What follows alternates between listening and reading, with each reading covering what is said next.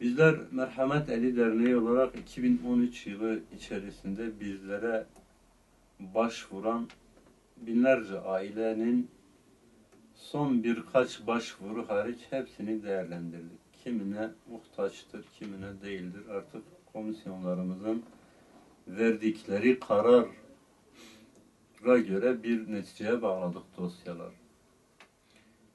Yani gerçekten halkımız içerisinde genelde muhtaç olanların başvurduklarını söyleyebiliriz bunu. Bizler Merhamet Eli Derneği olarak kurulduğumuz günden bugüne kadar kendimize Hazreti Peygamber Aleyhisselatü Vesselam'ın bir hadis-i şerifini şiar edindik. Allah Resulü Aleyhisselatü Vesselam şöyle buyuruyor: kim bir mal bırakır ya da bir mülk bırakırsa bu onun varislerinindir. Kim de bir yetim, bir dul, bir öksüz bırakırsa bu da benim zimmetimdir.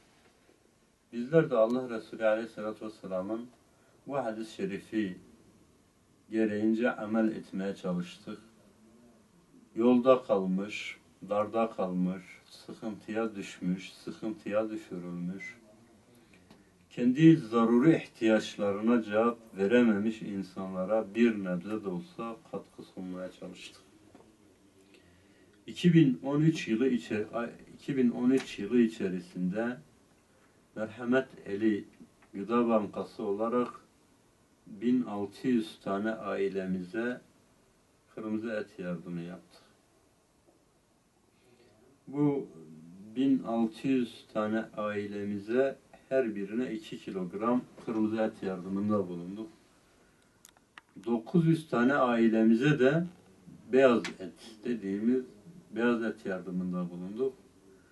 Beyaz eti aile nüfusuna göre, kırmızı et de standart 2 kilo olmak üzere toplamda 2500 tane aileye et yardımında bulunduk. 150 tane öğrencimize 2013-2014 eğitim yılında kırtasiye malzemesi yardımında bulunduk. 150 tane öğrencimize.